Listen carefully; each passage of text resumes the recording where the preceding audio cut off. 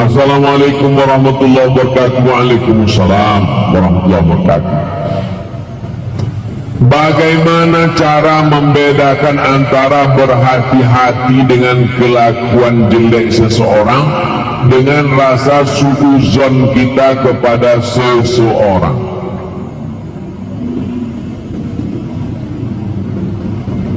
Kita punya teman dan dia ini suka ngutang. Yang suka ngutang jangan tersinggung, sehingga ada niat menyindir. Nah, bagaimana cara membedakannya? Bagaimana cara membedakan kita hati-hati dengan kelakuan jelek dia dengan suudzon? Bagaimana cara membedakan? Kan tipis-tipis, beda-beda tipis. Bagaimana cara membedakan?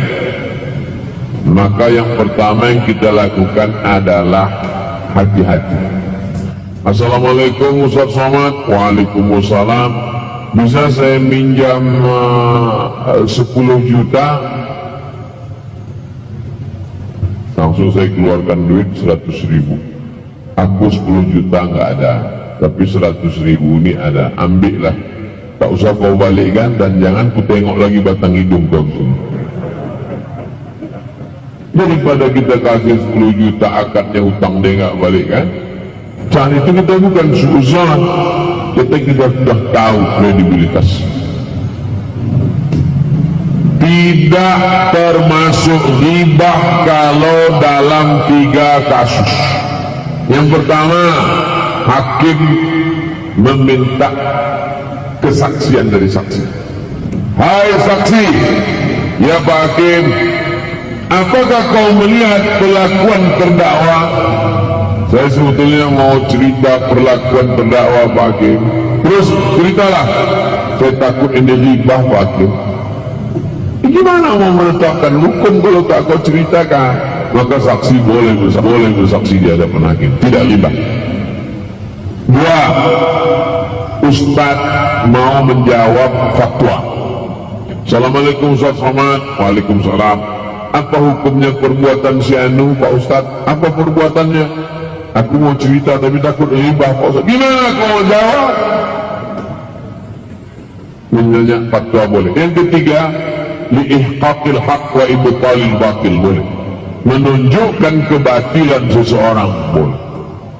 Makanya Allah menceritakan Fir'aun untuk menunjukkan mana Fir'aun. Kalaulah tidak diceritakan Allah bahwa Fir'aun itu jahat dan Musa itu baik, andai tak diceritakan Allah, maka orang yang memperjuangkan hak asasi manusia sekarang berkata, sesungguhnya Fir'aun tenggelam teraniaya karena dikudeta oleh Musa. Maka bisa berulang balik. Maka Allah menunjukkan ini hak, ini batil. Kalaulah Allah tidak menceritakan tambahkanlah Abi wa Tab, maka mereka pejuang kemanusiaan hari ini akan berkata Abu Jahal, Abu Lahab mati karena oleh kelompok intoleran bernama Muhammad SAW. Ini dunia ini. Wa in tuti aktsara man fil ardi yudilluka an sabilillah. Kalau kau ikut kebanyakan orang di dunia ini, mereka hanya akan menyesatkanmu dari jalan Allah. Standar meterannya mana? Al-Quran dan Sunnah Rasulullah Sallallahu Alaihi Wasallam. Jadi kita tahu orang ini, kita tidak suudzon dan kita berhati-hati dari sifat dia. Ini salah satu contoh kasus. Saya mohon juga Pak Ustaz sampaikan bahwa mubazir itu dosa besar, tapi masih banyak majelis sering mengambil makanan yang banyak tapi tak dihabiskan. Innal mubazirin, orang mubazir, kanu ikhwana syayatin, saudara setan. Makanya kalau pesta kenduri makan, ambil aja sedikit, Cuman masalahnya kan kadang orang ini kalau ambil sedikit rupanya enak, malu mau nambah, kan itu masalah.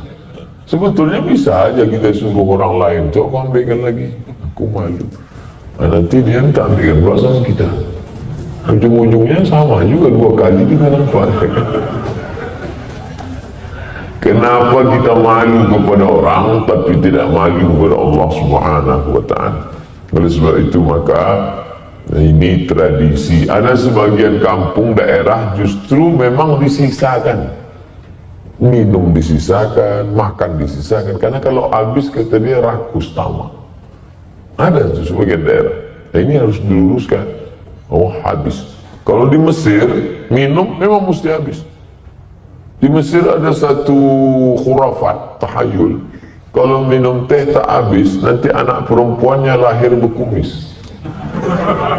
Jadi kalau minum teh mesti habis. Habis.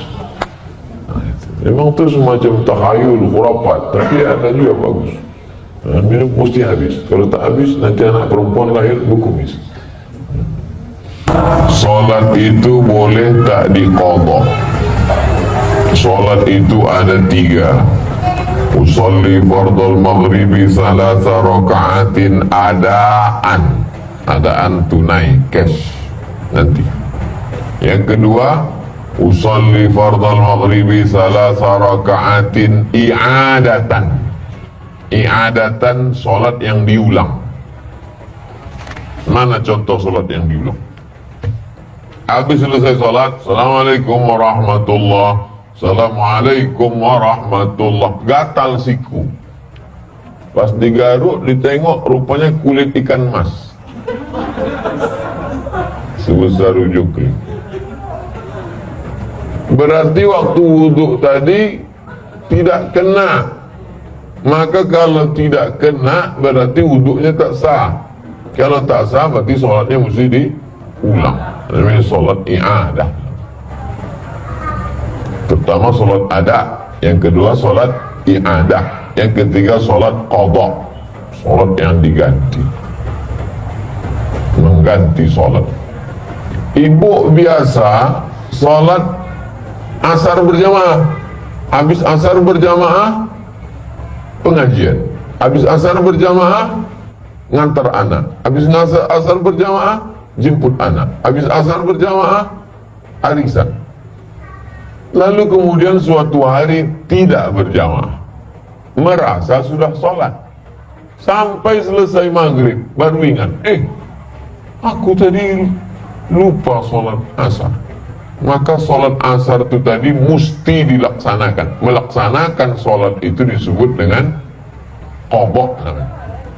Kapan waktunya diqadha? Bisa setelah maghrib tuh. Usolli fardal asri arba'a raka'atin qadha'an. Aku sholat asar mengqadha, mengganti. Kalau tidak, bisa juga waktu asar besok. Habis sholat asar, sholat 4 rakaat, mengqadha asar. Tapi jangan dibuat di masjid, nanti dikatakan orang aliran sesat. Bisik orang habis sholat. Aku tengok tadi ibu sebelahku tu sholat ba'diyah asar 4 rakaat. Sesat ibu tu sekarang sejak ikut pengajian Ustaz Somad. Jadi sholat ada 3, adaan, i'adatan, qadha'an. Sholat qadha bukan boleh, wajib. Tapi jangan gara-gara qadha ini lalu mudah-mudah saja meninggalkan sholat. Gara-gara pesta nikah anak, qadha. Dipasang makeup jam 11.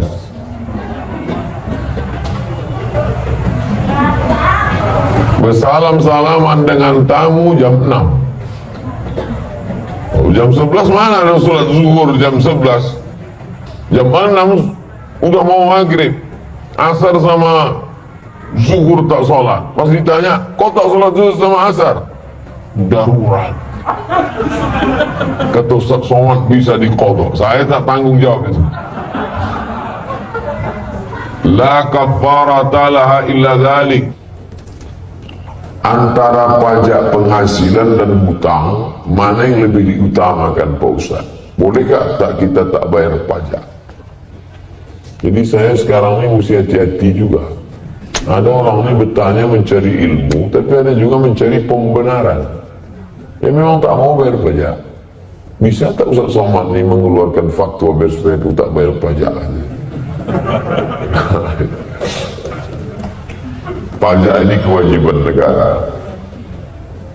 Apa hubungan kita dengan negara? Ati Allah, ta'ala kepada Allah, wa ati Rasul, ta'ala kepada Rasul, wa ulil amri. Uli orang, amri urusan. Ada sekelompok orang yang mengurus urusan kita. DPR RI, DPRD, DPR kota, DPR kabupaten, bupati, wali kota, gubernur, perda, perbub, kepres, RUU. Itu semua digodok oleh ulil amri, kesepakatan kita sebagai bangsa. Maka keluarlah pajak fiskal, pajak motor, pajak ini, pajak. Sampai manusia pun dipajak, lama-lama napas nih pajak. Kalau sampailah napas kita dipajak, beruntung orang sesak napas, setengah pajak dia.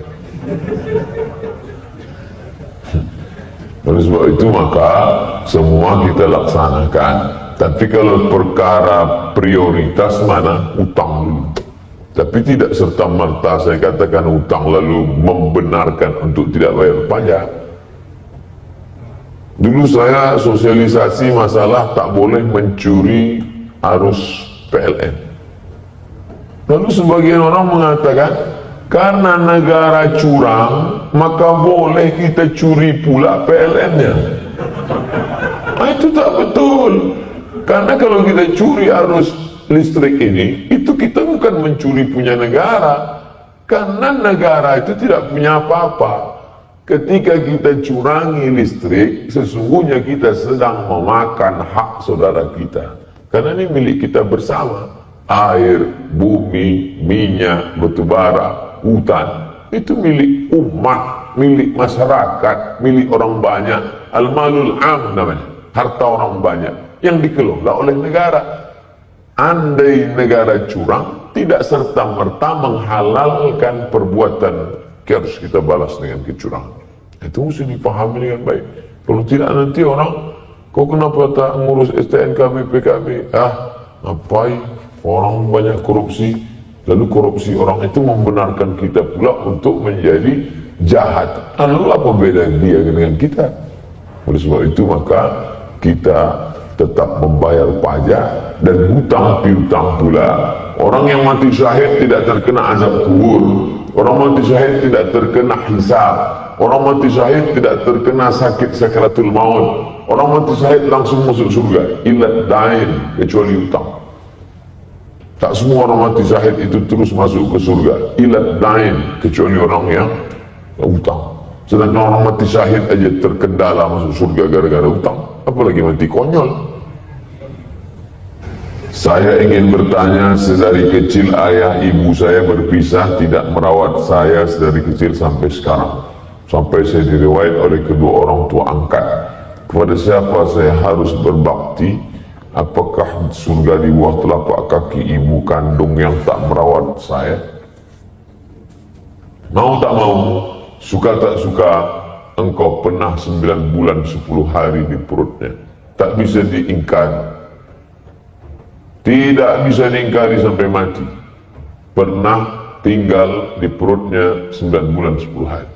Andai hari ini engkau datang kepada dia, lalu engkau gendong dia dari Batam ke Makkah, habis itu tawaf sa'i dan umrah tahallul lengkap lontar jumrah haji di padang Arafah, balik lagi ke Batam, tak dapat menembus sekali teriakan dia saat mengeluarkan engkau 6 jahitan robek kulitnya, walaupun tak dijaganya, walaupun tak dibesarkannya.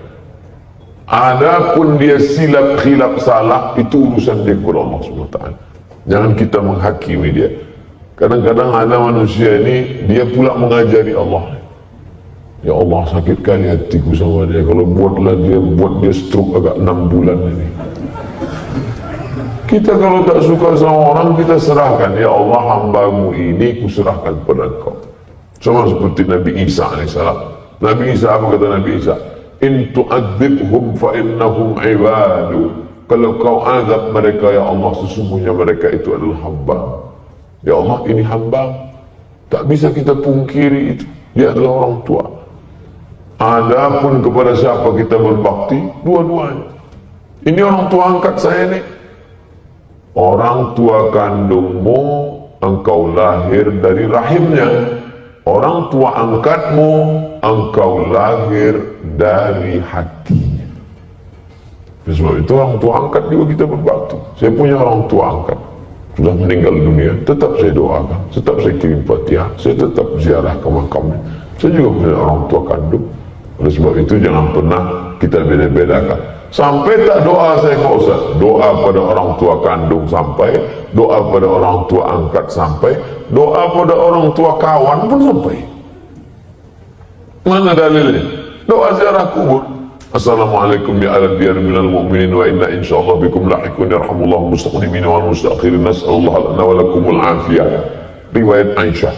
Seandainya doa tak sampai untuk orang mati, untuk apa diajarkan Nabi? Itu menunjukkan doa pada siapapun sampai. Kenapa katanya doa yang sampai cuma doa anak soleh? Ini mesti diluruskan.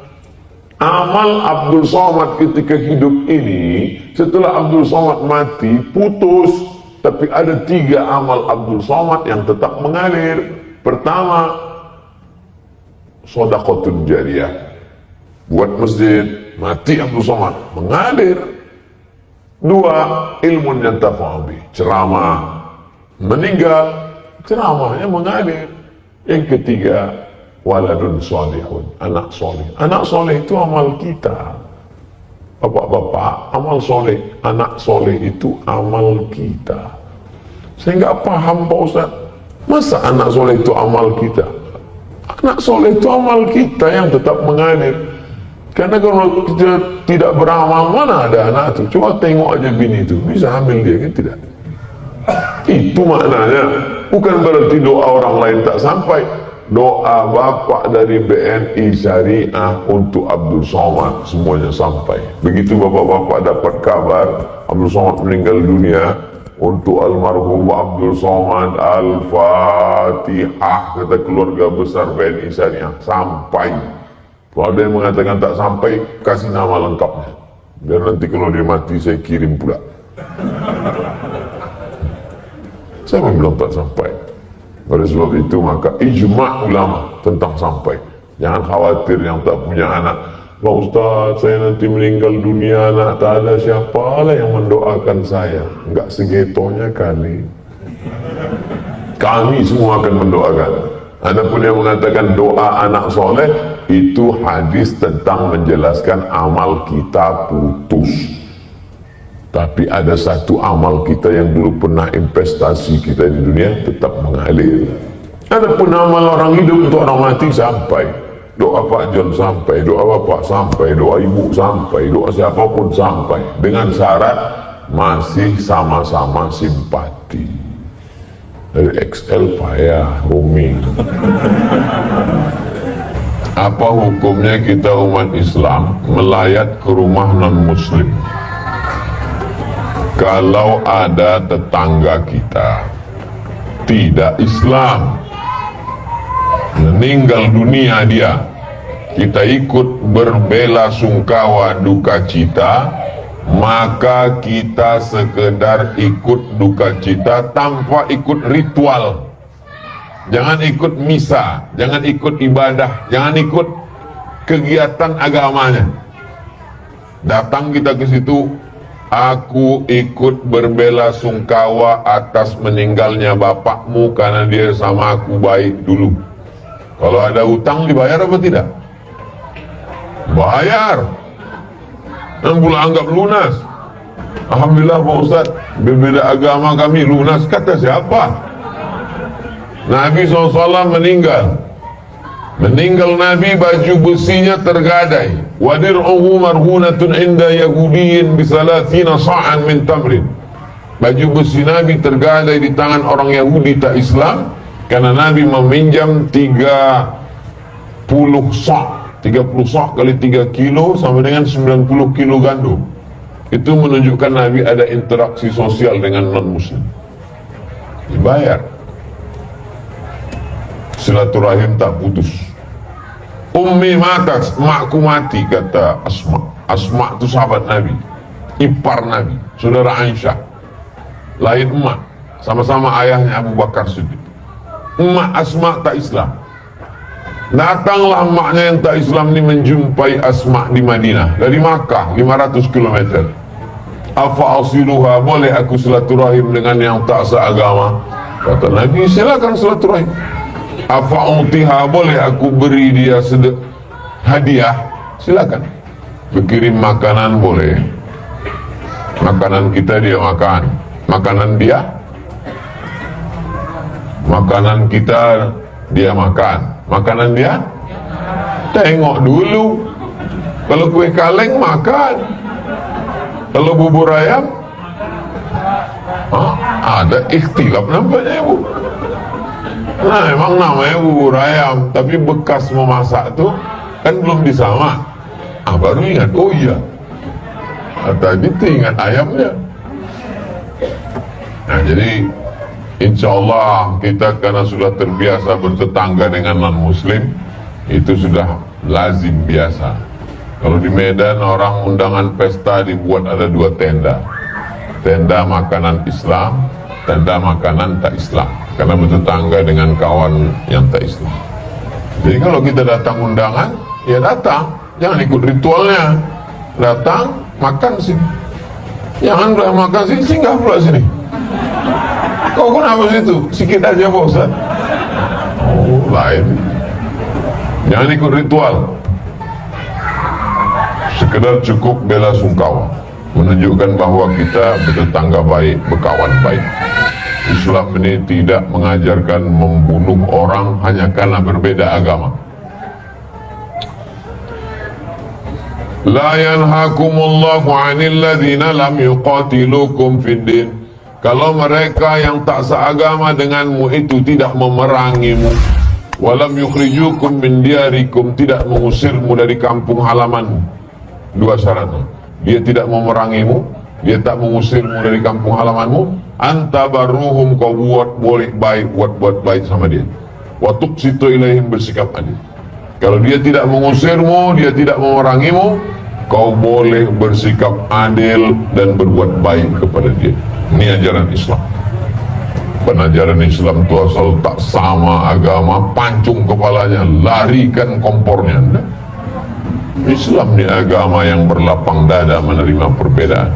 Wala ana abidum ma'abattum wala antum abiduna ma'abud lakum dinukum waliya.